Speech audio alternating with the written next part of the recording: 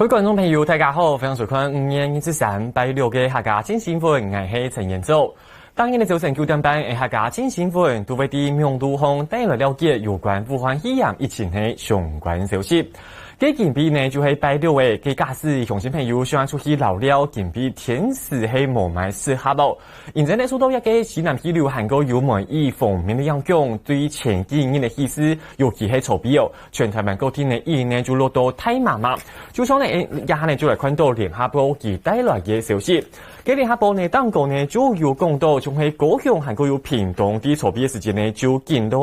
落嚟有70点钟按究哦。韩国呢一啲防疫嘅位置呢，感觉起来呢就增进动冲系风采，将啲筹备呢一啲全国累计医疗青岛呢前10名，就有9位所在呢就喺啲屏东，按太一呢其实呢啲屏东韩国有高雄有啲所在都有抽身在前。韩国呢从喺一个屏东县啊全义乡嘅太汉山。筹备呢，医疗就来到嘅787毫米按度，实在系东顶强哦。稍后呢就来听听看呢新闻报道。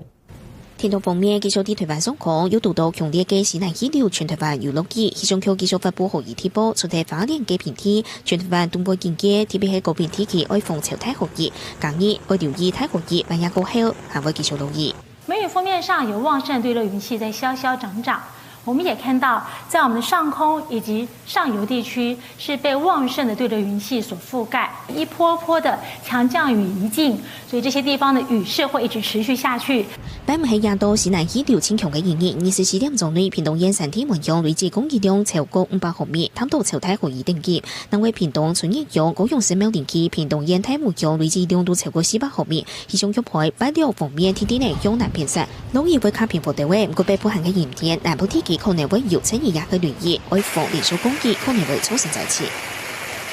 明後天只是比較緩和，但是還沒有說到完全會停下來的這個程度，所以說還是提醒盡量能夠避免明後天到山區活動的這個情況。北日方面向南偏西，總部以北有機會增多多雲嘅天氣形態，不過天氣方面還係啲台灣附近內，南部嘅雨可能會繼續落到下個禮拜4，不過西南風冇下禮拜嘅強，氣象局提醒民眾啲無依歸要隨時留意最新嘅天氣預報。記者新聞家陳先龍台北報道。幾廿幾年呢，以呢落到安泰嘅鄉親朋友，假使呢啲神奇發通呢，都係特別注意安全。香港呢，從農民朋友呢，咪要注意哦，從一啲田球鴉片呢，嘅水呢，咪係要注意。幾下呢，可能呢有動多民眾想問講一個以亞動態會落到內容時，呢就對一個疫情一波圖當過來看到。最講呢，也係對近比早晨到安布亞時間呢，其實呢全台灣還係會加減受到水氣嘅影響。故說呢，對北東南都會落雨，唔過呢啲西半部地區較海順呢平庸所在，其實呢雨呢就已經有較緩地位。唔過像山區鴉片，還呢有可能呢會受到一啲對流較強影響，故說動作過後，還係有可能呢雨呢會落到較大，像係南投啊、嘉義啊、一路雲裡面嘅所在，民眾都係特別注意。如果呢一下天頂呢一啲每一方面已經漸漸嘅向東南偏西嘅，故說呢對安布亞西斯呢，因素的看到呢，但相傳到南部地區還會落到雨。其他呢，從喺高雄以北的一路所在，依舊就會漸漸的停下來嘅。喺呢提醒鄉親朋友，也建議呢啲山區發通，還係為特別注意安全咯。係也係有關天時資訊同大家來分享。稍後呢，另外再個繼續來看到同武漢肺炎有關的相關消息。喺度看到呢，也未強用係聯合報其帶來嘅消息。最講呢，現在數到也建議呢，一啲疫情呢，增見漸漸的有卡翻呢，故說呢，一啲國內旅遊呢，一啲民眾呢，未卡上外出去留了嘅。而呢大家呢，前後去旅遊所在呢，現在的看到係花蓮同台東鴉片，其實呢，民眾的聽風力快速增加嘅。一啲好集中英嚟講，國內旅遊一部分基建呢，漸漸的又再個帶動起來喲。前主要呢，就係講有好多研究就會針對一條相關的飯店來研究講，就係講亞建議對亞增嘅意思，給民眾出去聊天檢防嘅比例呢，係比去年同期增加係3成啦。唔過呢，佢來看呢，雖然講呢一類佢嘅產業咪有漸漸嘅在個發展起來嘅感覺，唔過呢仲係天等韓國有從新北市、台北市、亞部分還係人口非常非常少。一部分呢，前主要原因呢，就有那个饭店一家就表示讲，可能呢係外國旅客冇辦法來入境嘅關係，像係台北市啊，係當到外國旅客好去嘅所在哦。故說呢，也係現在外國人客係冇辦法來台灣，故說呢，將係相關嘅天風地，還係比往年空氣寒啊衰退嘅情形。唔過呢，一下民眾呢，佢想係出去留了嘅，也對入閘來講呢，還係一個好消息咯。好，接下來呢，我再個繼續來看到，籌備呢，台灣中央旅行疫情指揮中心又宣布嘅，台灣呢又再個係無確診呢，尤其呢一個唐島大家呢都動歡喜嘅消息，所以講呢，所有嘅重症患者早前呢都唔是來用頭希希哦，係講呢從先前呢對一個疫情發展到見呢，總共有70年有用到一個葉克膜來維持生命系統哦。唔過呢，前面一個用葉克膜嘅患者呢，基件呢啲葉克膜，基件唔是這個技術來用嘅，也係呢佢們基件離開加護偏方，等佢有轉到很好，佢就做定呢來推薦轉到屋企好好來休息咯。稍後呢就來看呢新聞報道。畢業嘅季節到嘅，疫情指揮中心表示，期盼畢業典禮韓國畢業旅行，新北市長韓允儀早前喺會議當中講，新北市建議管制措施提議集團體系級別開放，包含畢業典禮、畢業旅行，弄出嚟期盼宜蘭縣推動業每天都來做。除了全面開放通風良好的室內場館，但是人數還是需要維持100人以下。至於畢業典禮是可以舉辦的，畢業旅行也是可以辦的。學校的這個畢業季啊，所以呢，因為疫情的舒緩，所以呢，我們呢希望呢恢復了這個畢業典禮。是教育局公布判例指引，畢業典禮減少邀請外邊喺仲有教師做的開放家長來參加，唔規定要有批套包含實名制、空間管理、上面書、帶最美量體溫、韓國二流空管，最後要有司機冇就係協商嘅轉機，韓國舞台表演按樣嘅來維持社交距離咯。校長陳燦健就講，千難講後來需要冇車來車去。像那個合唱的部分，然後吹笛子的部分，那恐怕很難避免有飛沫傳染。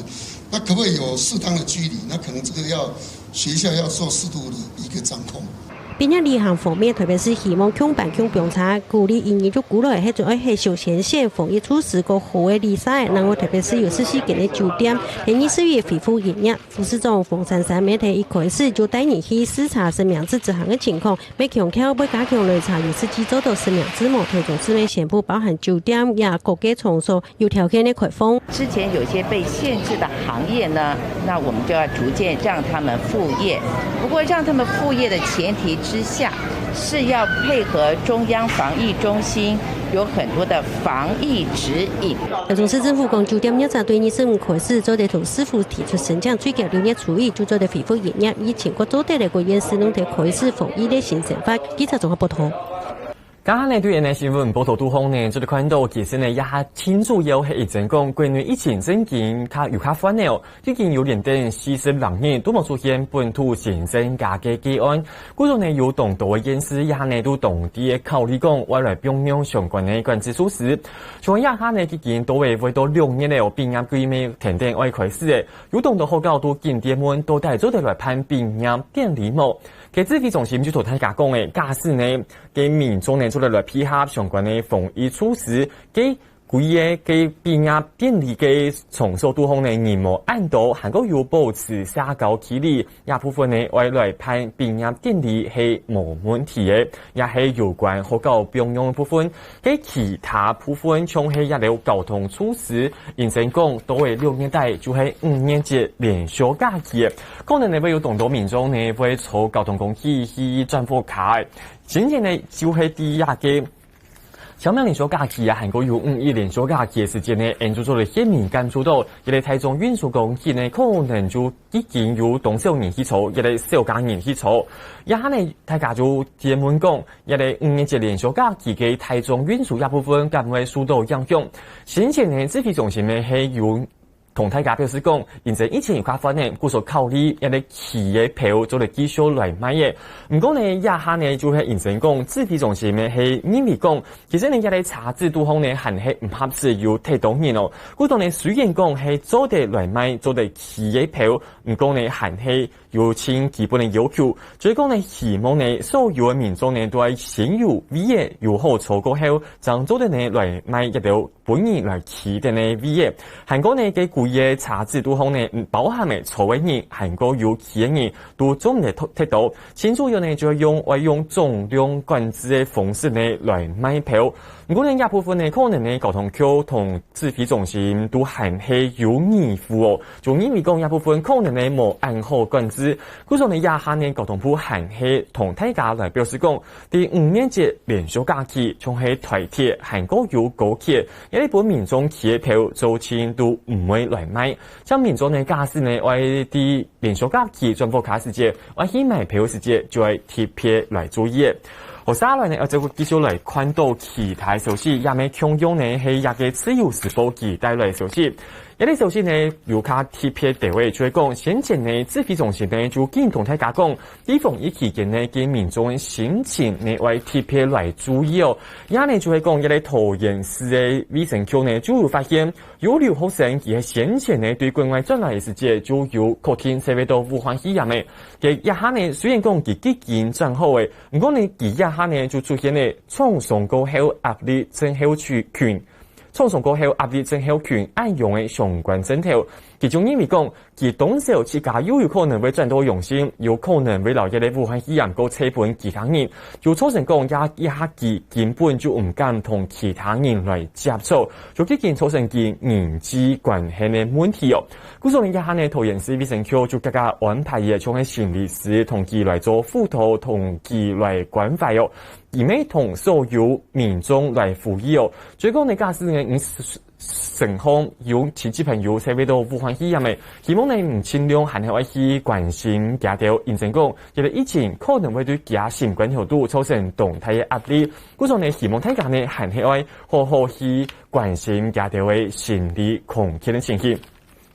那我哋接下來呢，因為在國繼續來看到，就係講一個疫情卡翻呢，故所呢2份發通就係重新來啟動哦。而呢就係講清假時間呢係啲田工業，一個 NSO 就係講國家教育樂團就會啲國家音樂堂來辦疫情發生過後頭一重嘅音樂會嘅，一個音樂會呢佢做嚟舉辦還係為有動到嘅規定為來焦點來做，所以民眾就係為注意嘅，假設呢因為戲看表演嘅相關的場館，其實呢都係為用事前為準備好，韓國有現場未為同所有人管理好，另外呢啲人數也部分呢未做好管制哦，所以講呢。假使呢唔愛用實名制當作嘅本人入去，給全場呢未會帶定，所以呢韓國呢未會用梅花草來保持社交距離。假使呢有做到亞條防護措施，其實呢就做得唔是做得先前講幅度130人，另外530人按用限制。嘅天公園呢，一個國家交響樂團啲一個國家音樂堂來舉行嘅一個音樂會嘅成員嘅文化部長李運的田公園呢，未會去參加。韓國呢，佢未同大家講嘅，一個音樂會呢，未會用線上直播嘅方式，本校看日本表演嘅民眾向下來欣賞。稍後呢，個向下聽聽呢新聞報道來看日本嘅外用嘅來解封。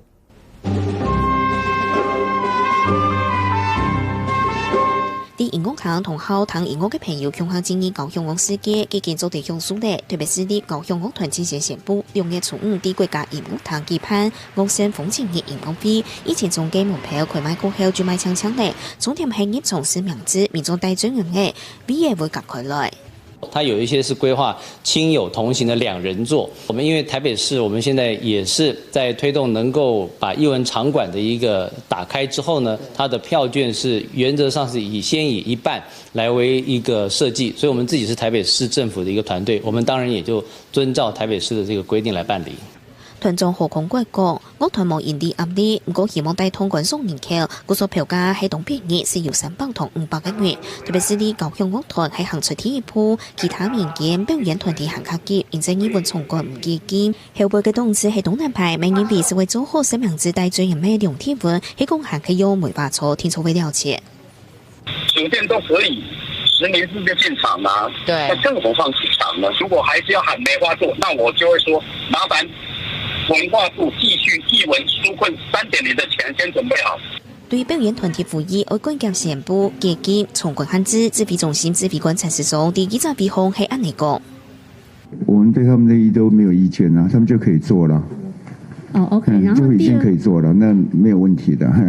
陈时中讲嘅做地做，讲嘅系头一道开放嘅方式，未就喺特别是啲教育舞团嘅做法。不过每个表演团体也是前第二嘅事情，人家讲讲，希望行嘅冇办法全面基金，政府就會做好紓困3.0嘅準備。記者林曉飛、沈志明特別報道。日經英文法通重新啟動嘅可能呢，所有好看英文表演民眾，韓國有相關嘅英文團體可能係真歡喜。也呢睇下民眾參，睇下成法參咪會恢復正常嘅，也呢有民眾未會注意到，也就係後生人會注意嘅，尤其呢係會畢業嘅後生人未會特別注意到相關嘅消息。最講呢6年代係畢業季，可能有當道嘅一啲後生嘅準備來潛條路嘅。唔可能一下季呢受到疫情嘅影響，可能呢啲觀光韓國有從餐飲一部分，而潛條路可能就會較難嘅。因為講呢受到疫情嘅影響，其實呢一下呢從係飯店業啊，韓國有從觀光業一部分呢相關嘅需求就減少當道嘅。故所呢就有當道業者也就表示講嘅，一下呢就唔是按道人嘅，故所呢可能下來啲人才一部分需求就冇按道嘅，就會直接對托觀光韓國有從餐飲嘅後生嘅，就有可能會直接造成影響。唔過呢，還係有其他產業嘅，其實呢係啲，一嚟疫情當中呢係冇買受到影響，點都係很較好。先主要呢最講一條科技硬體韓國有同性自信嘅相關行業冇。先主要呢最講，而且也呢受到武漢肺炎嘅影響，可能呢有當多民眾啊，係講公司就話啲物價來開會，而用私信嘅方式來進行討論，嗰種一部分就係啲硬體開發，韓國有從同性科技一部分嘅產業係也一步嘅啲疫情當中點都發展到很啊好嘅，一部分呢咪係有關疫情嘅另外呢相關消息同鄉親朋友來做分享。以上呢就係今日同大家整理相關疫情嘅最新消息。今日下週嘅中央流行疫情指揮中心嘅記者會，一般來講呢都會到2點鐘開始，唔過今邊呢有卡做掉嘅，都會下晝1點就開始嘅。相同新朋友多時間呢，要繼續來收聽客家新新聞同大家帶來嘅指揮中心嘅新聞直播。客家新新聞，客家 Live， 本唔新鮮嘅疫情之星。我係陳彥祖，我係許麗婷。當日早晨對報紙頭版來關心國內外有哪條重要消息。下晝2點要開記者會，隨時同樣路況來關心疫情嘅前景發展。請收聽客家電視 YouTube、網站、Facebook 和 Telegram，隨時掌握客家新新聞。